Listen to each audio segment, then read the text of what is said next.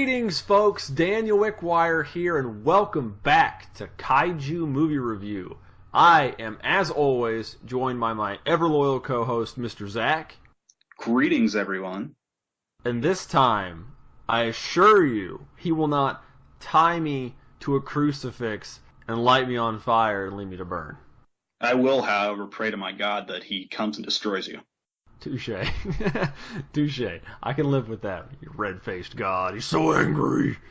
So what news do you have for us this week, Mr. Zach? Just something minor. Nothing too exciting.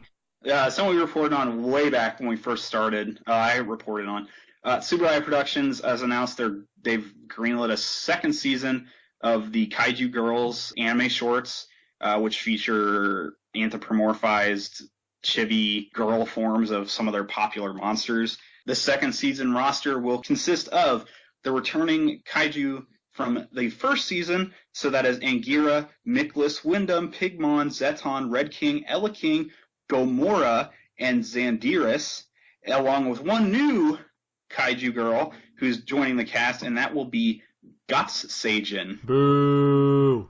Dan doesn't like Guts Seijin. I disapprove of this Gatsu Seijin.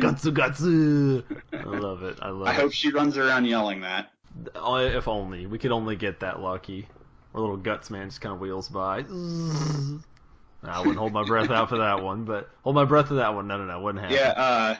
Just all they've announced is that it's coming. They announced a new cast member and a tentative date of January 2018. And they said that they will be announcing more information in the coming months leading up to the premiere. They're just going to be short-form anime, again, much like the first season, so, only several minutes long. So nothing that's going to be super time-consuming. It's just one of those things, if you're a diehard Ultra fan and you love the kaiju and can't get enough of them, it's just another form for that. Yeah, we still need to watch that show. I do. I'm assuming you haven't. But I haven't watched it either. I figure I will get around to it. I mean, it's one of those things. It's just a short form series. I mean, honestly, we could probably just do like a quickie review of it sometime if we wanted to. We don't do series on here, bro.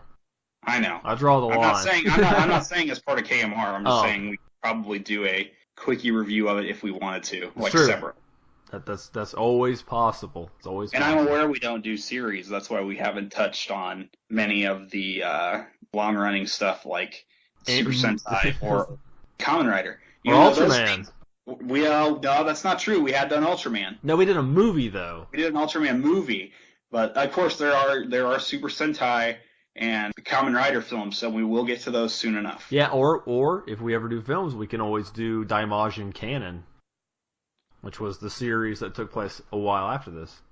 The TV series continuation of this franchise. Continuation. In parentheses, air quotes, excuse me. Air quotes. They can totally see those, right? Yep. But anyway, Kaiju Girls, I dig it. So my news is pertaining to another new anime project coming up. Not next year, but this year. I'm sure all of you have heard about it at this point because when it was announced, everybody's like, guys. Well, probably not everybody was like that. There were probably a lot of other people that were like me, that comment I made earlier, boo. They gave us more information in a new trailer for Godzilla and Monster Planet. Look neat. You did get to see Godzilla's face, and for the longest time, I could have swore he did not have eyes. I'm just going to say that.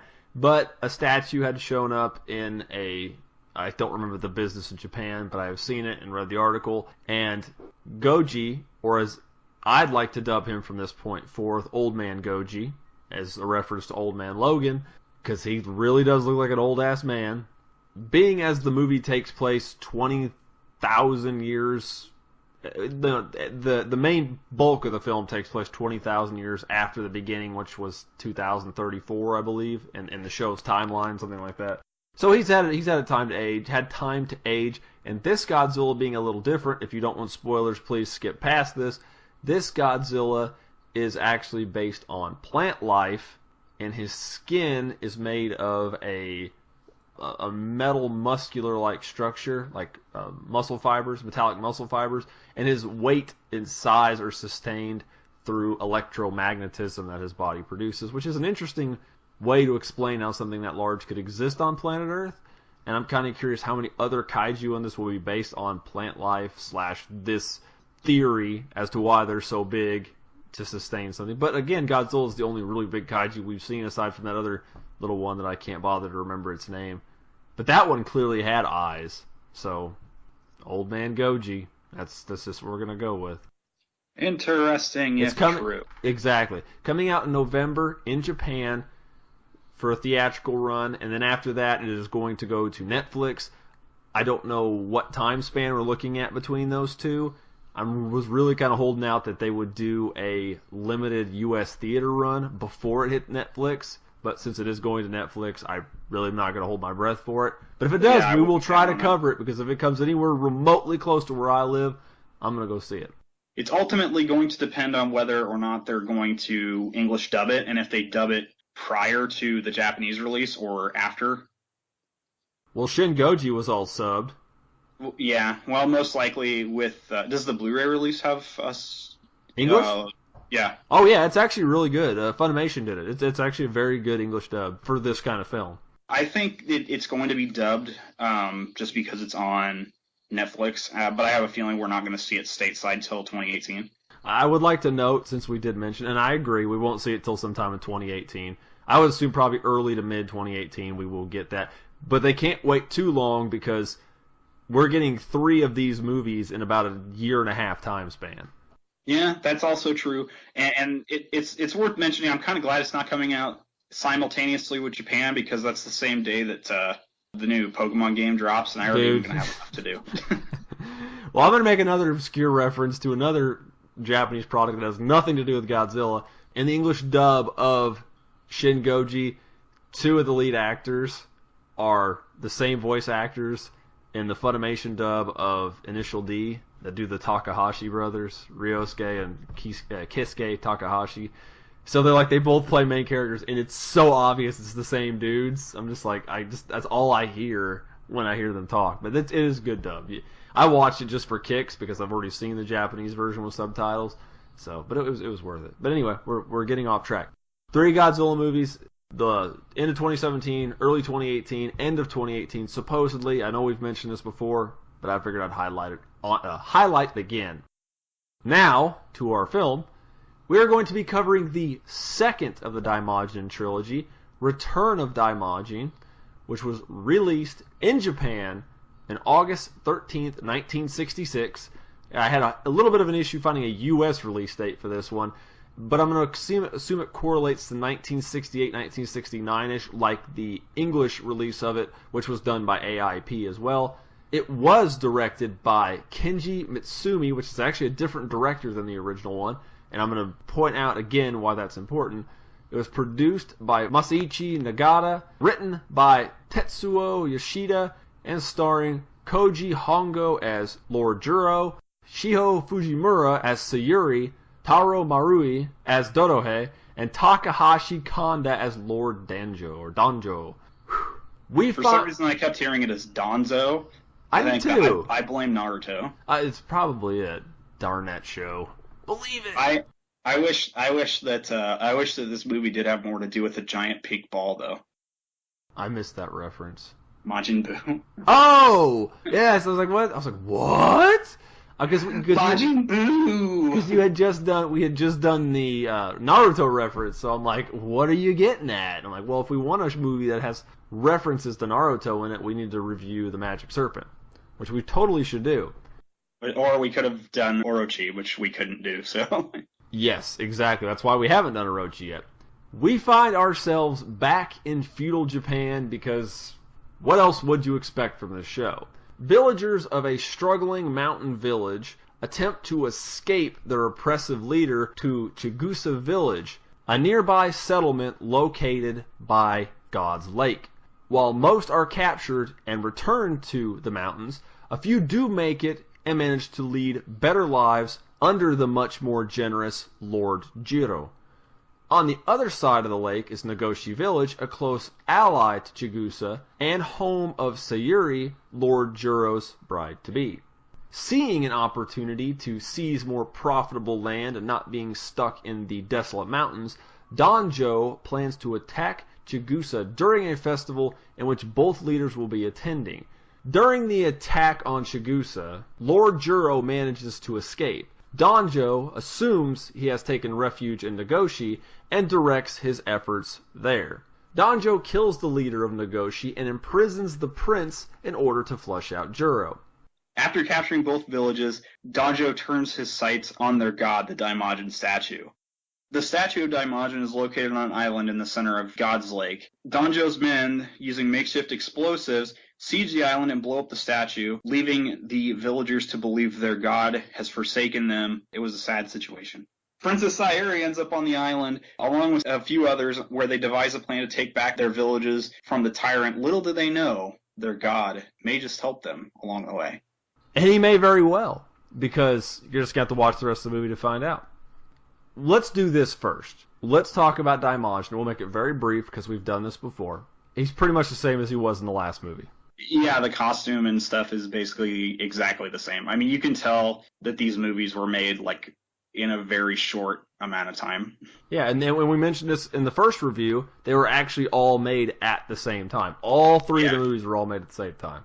Yep, which is why the costume's identical. And, I mean, it's, you know, you think about it, you do, admittedly, it was a little presumptuous of them, but you film 3 movies, you have no idea if the first one's going to do any good. But again, it was during the giant monster boom, though I still hesitate to call this a giant monster movie or a kaiju film. It's honestly, it's more of like I would categorize it more as kind of a samurai film, like a feudal fantasy, like, I don't know, a samurai melodrama. Yeah, with this just happens to have a giant demon in it. Yeah. But no, I like the costume. The only thing I noticed versus the first one is there's a little bit more of a discrepancy on how big he was in this film. Yeah, just a little bit. Because I would notice that in the first one, there was like I mentioned there was some inconsistencies on size in the first. Yeah, in this one it's like he was like super giant, and in the first one he was like barely bigger than the humans. Yeah, he was like maybe 2 to 3 times as big as a person.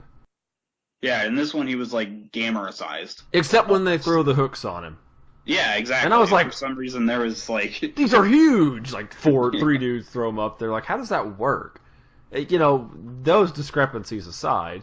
But yeah, he was just like, I don't know. Which, I mean, even that didn't really take away from the film. For those of the folks that don't remember, because it's been about 9 months since we did that film last. Yeah, it's been 9 or 10 months since we looked at the first movie. He is the embodiment of a god in a stone statue. Yep. You make him mad, or you disrespect his land or his people, he's going to rock your world. There you go. Pretty much. And I will say something else I did like is there was actual intervention or playing behind the scenes by Daimajin prior to his actual appearance. Yeah, which I liked that too. That was cool. You didn't really see that much in the first one. In fact, I don't think you saw that at all. And outside of, in this movie, his face goes red early in the film to kind of predict as an omen that something bad was going to happen, like their village being sieged. When the soldiers go to the island to blow up the statue, like he starts messing with the weather. Yeah, try to freak him out. And the water like bubbles. Yeah. And then the boat scene where they turns. Yeah, the scene with the boat was really cool. I like the boat scene. The boat scene was neat. I dig it. And then when the boat washed up on the shore, like, yes, that was good practical effects. That was very good. That was good. That's way later. We won't get into that, but that was good too. But as far as that goes, we'll kind of mention some highlights, but we'll go back. Daimajin's exactly as it is. Never used a sword. Actually, I don't remember him ever using it in the first one either. And maybe he did, and I just don't remember. But he didn't use a sword in this movie. Mm-hmm. There weren't a lot of like special effects. Like everything was like practical effects. Yeah, pretty much. Yeah, that's true. Aside, like you said, when his face turned red and maybe some lighting under the water, but then again, that could have all been practical too. Yeah. But it was good. It was the effects were, I would say, pretty much as good as the original because they were all done at the same time. A different director did this film, but I'll talk more about that later. I will say too, man, Mill Creek, that just like with the last film, the transfer is incredible. Like this movie does not look 50 years old. Oh no, definitely. And we mentioned that in the first one. This movie looks incredible. Like it looks like it was maybe made in like the 70s or 80s, not the late 60s. Oh no, yeah, it looks way better than it did at the time. And I think it's just because they actually put more money into this movie. They wanted to portray this bigger than it was. And I think more akin as to an epic like Lord of the Rings. Yeah. At this time. I'm not sure. Did you watch the subs? Yes. Okay. I watched the dub. The AIP dub is actually really good. Yeah. I actually, when I went back, I watched the movie, and when I was punching up our line notes that we usually do, I went back and I listened to a copy of the dub by AIP, and I love the old AIP voice actors. I always have. They're good. They don't really do like the stereotyping kind of stuff that Toho's international actors did in some of their movies. They're really, really good with like pronunciation of names and stuff. And it like I said, for the time that the dub would have been recorded, it is phenomenal. Oh yeah, it's good. It's like I said, I love the old AIP stuff. They did a lot of the earlier Godzilla movies, and I love the old AIP Destroy All Monsters dub. It's still one of my favorites. Yep. But I can't stand the Toho International on that one. That dub is great. I love the Destroy All Monsters dub. Well, before we get too far, let's talk about a few other things, and we can mention the rest of this in our closing. Daimajin is the same, and the special effects are just as good. That's what you need to take away from that. As far as film pricing and availability, Zach, what did you manage to find? I'm kind of getting a couple mixed things just based on what I've seen. The older DVDs, like the ADV DVDs that came out in the early 2000s, are going to be a little bit more expensive. You're looking at probably around $20-25, which might not sound too expensive, but that's a little more expensive than what we paid for ours. As far as I can tell, I think the Mill Creek Blu-ray might be out of print now. I'm pretty sure it is. It's been like 5 years. Yeah, it looks like the Mill Creek Blu-ray release is going to run you about $30 to $50 on eBay now. So it looks like it's gone up substantially from when you and I ordered ours. And you got to think, you bought yours. You got yours when we did the first one, right? Yeah, I did order mine last fall, and it was still like $13. Yeah. You see how much it shot up in that period of time, and who's to say when it was discontinued? I have no idea. Yeah, exactly. And who knows? Maybe you'll have a different thing on Amazon. Sadly, no laser discs this time. Aw, spoiler alert. No, there's no difference. Actually, it's more expensive. There are a few of the individual DVDs of this, and one thing we got to note here. The second Daimajin film is The Return of Daimajin. There's an incorrect titles or multiple titles for these movies. Generally, the second one's considered Return of Daimajin. The third one is Wrath of Daimajin. But sometimes the third one is called Return of Daimajin.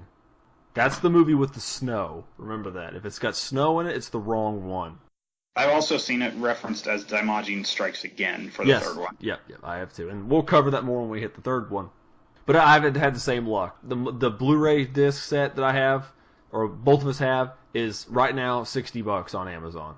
That's just it. Like, that's literally the only one I could find. There's a copy of the old ADV Blu-rays. The trilogy is $30, but it's it. It's either 30 or the Blu-rays are $60. I'm sure you could probably get them a little bit cheaper, but that's how much they're running for on here. So no good news, unfortunately. Yeah, even on my look on eBay, even the VHSs of it were around $20 a piece. So yeah, I'm sure there's a place out there you can watch it. So if you're persistent, it's a niche movie though. It's like a niche trilogy. Yeah. I honestly don't think a lot of people know about it especially outside of like kaiju fandom. Yeah, it's true. I never got around to watching it until way after the fact. The original DVDs were released in 2002 and 2005. And then again in 2007. So, that was back. 2007 was right when I started doing this stuff, so 2008 technically, but yeah, well, even then, from what I read, like the Blu-ray release is the first time that Wrath of Daimajin ever had an English language dub. I had heard that. Yeah, they recorded it brand new specifically for the Blu-ray. Yeah, we'll really have to go into that one when we do that. Yeah, video. Definitely. Now comes the time, Zach. Do you recommend this movie? Why? And favorite and least favorite scene? I do recommend it. I think that it's still a good movie. I think I like the first one a little bit better, but I still did enjoy this one. It's not super long, like an hour and 15 minutes or so. So it's not going to consume a lot of time. It's actually shorter than the original one by like 10 minutes. I feel it's just a good movie. the direction and stuff is really well done. I think that you can honestly chalk that up to the director of the film, Kenji Masumi, because he did a number of the Zatoichi films, and he did 4 of the Lone Wolf and Cub films. So this guy knows his samurai movies. I didn't realize that. I've not watched those, but I'm aware of them. He'd done 3 of the Zatoichi films prior to this. Oh, he is versed. He's versed. He knows his samurai films, man. The guy knows what he's doing. And I honestly think that helped this movie out a lot. Like the human element was actually, I felt. Oh, okay. So overall, the movie was good. I like the first one a little bit better, but I think as a whole, the human element of this film was better done than the first movie. I agree. I think the monster stuff was better in the first one. The human side of it was better in this movie, though. Yeah, the first movie reminds me of the original Godzilla. As more of a slow burn. Yep. Which you get elements of that in this, but I felt that the original one did a better job. Yeah, this movie. There's not as much of a slow burn. I mean, realistically, once the movie kind of gets going and you get to the scenes where Danjo starts invading the towns, like that's really when the movie kind of picks up. Yeah, because all the sword fighting is very, very quick and like it's not like all hyper choreographed. It just feels like it's got a more natural feel to it as far as the movie goes. As far as my favorite scene goes, I honestly am gonna say, and again, I don't want to give too much away because I want you guys to actually go out and watch the film.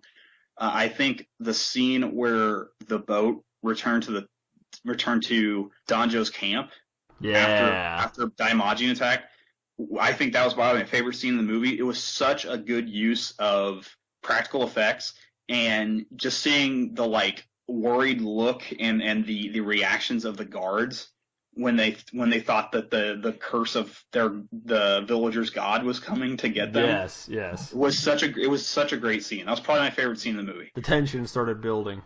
Yep. Least favorite scene in the movie was probably the aforementioned hookshot scene because it was just dumb and made no sense. Yeah, I could agree with you on that one. It was not the best filmed scene in the movie, that's for sure. No, it was. I don't blame Kenji Masumi either. Like, as far as I can tell, he hadn't really done like any giant monster kind of stuff before, so I'm not gonna like give this on him. I just think it was inconsistencies on Dai's part, and it's something they really should have like thought out.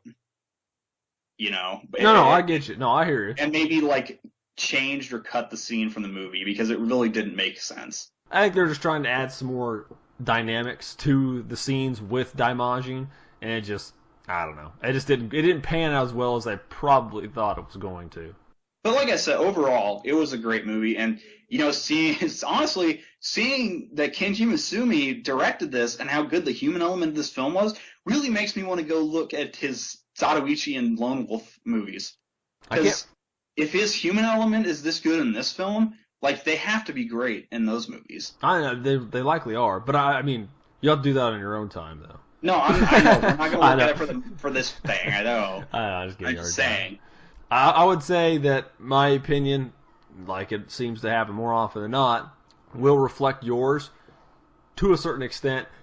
I said earlier about slow burn in the original film over this one, and while I felt the first movie did a better job at the slow burn, it doesn't mean I liked it. Actually, I preferred this movie over the first film as a whole, just for pacing. I know there was a little bit of running around back and forth. It felt like there was less going on in the first film, and it just didn't seem to flow as well. Maybe there's more action in this film. There's way more action, even just on a human side, and plus you actually get a little bit of Daimajin before it shows up, which you really don't in the first film, outside of the very beginning and the earthquake thing. Other than that, you don't get anything else. The characters were a lot better. I mean, I like the human element of it. There ended up being some people die in the movie that I was not expecting to die in the film. Yeah, I can say that. I think too, like when looking back on the first film, I think Danjo and his men were much better villains than the first movie's antagonists. Yeah, because the first movie was just like a coup, and like the second one's like, I mean, it was an invading force. I know there were dickheads, but like where they lived in the mountains, as I mentioned earlier, it was not the most suitable area for farming, for cultivating, to expanding a village. I'm not trying to justify, I'm just playing devil's advocate. And then you have the two that are in the valley by the lake, and they're all bountiful, and their citizens are happy, and there's plenty of food. And I don't know, they had a bit of a motivation, even though it was wrongfully placed. Yeah, I will say another cool scene was just how Donjo's men snuck into the castle. Yes, was kind of really well done. I really liked that. That was neat, dude. Like we're not gonna say, but how they ended up doing it, I was thinking in my head. I saw that. I seen the scene. I was like, yeah, there's no way that's right. And then I thought for a while, I'm like, well, maybe it is. I mean, maybe they're on the level. Maybe I'm just thinking of something else. And then it all come around. I'm like, yeah. And then I don't know. I actually didn't think it was going to play out the way I did. So there was enough build up in between that scene and what the actual outcome from that I kind of almost pushed it to the back of my mind. I would have to say, as for my least favorite scenes, my favorite was probably either the boat scene with the people in the boat when Daimajin does his first act on a really big act, or when he pulls a Moses and splits when he the parts lake. the lake. Yeah. So I thought that was a really cool effect they did, and in fact, that's the thumbnail for this video when that drops. That was probably my favorite. As far as my least favorite, I don't know if I have one scene in particular, but there were some of the scenes involving Sayuri, like in the middle, were kind of like too damsel in distressy. But no, I gotcha. Like when she first comes to the island and the soldiers come there looking for her and to blow up the statue. Now hide behind rock. Don't hide behind rock. Hide behind rock. Don't hide behind rock. It's whatever. But that I would say just some of those were bothersome to me. But I will say, and I'm sure you agree, I do like the ending of the movie. Yes. Yeah, the ending was actually really, really well done. I liked how they wrapped it up. I felt it was a better, more cohesive ending than the first film. Yeah, it all came full circle. It was neat. It was cool.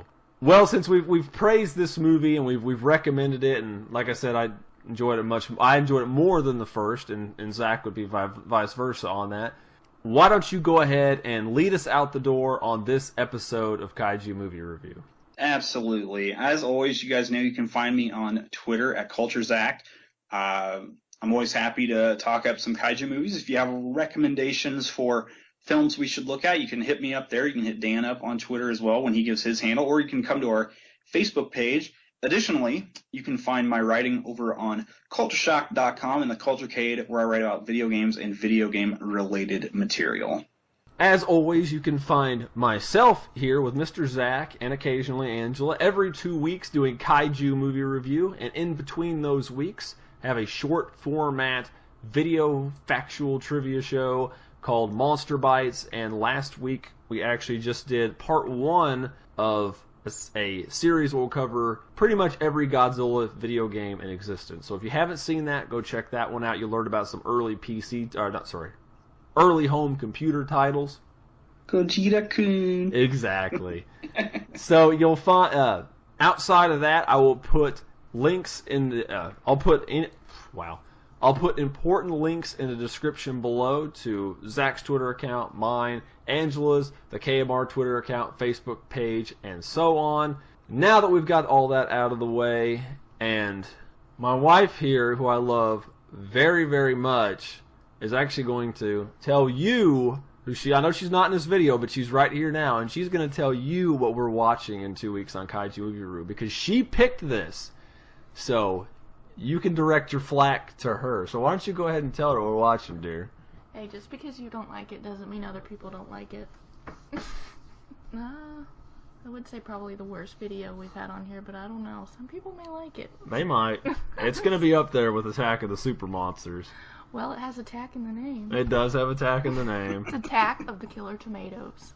It does not have nothing to do with this. And it will not feature It started out as a joke, and it just kind of... It kind of happened. I'm like, are you serious? I'm like, I'm not buying this. I'm watching it. I will find a place to stream this. I'm not buying this movie. It's funny. It's not going to feature a giant dinosaur yelling, "Crush, kill, destroy." It'll just feature giant tomatoes that say nothing. Oh, yeah, this next episode of KMR will be a fun one. So, As always, make sure you join us in 2 weeks and see what mess we've gotten ourselves into next time. So again, thank you from all of us here at KMR. For Dan and Angela, I am Zach, and we will catch you next time.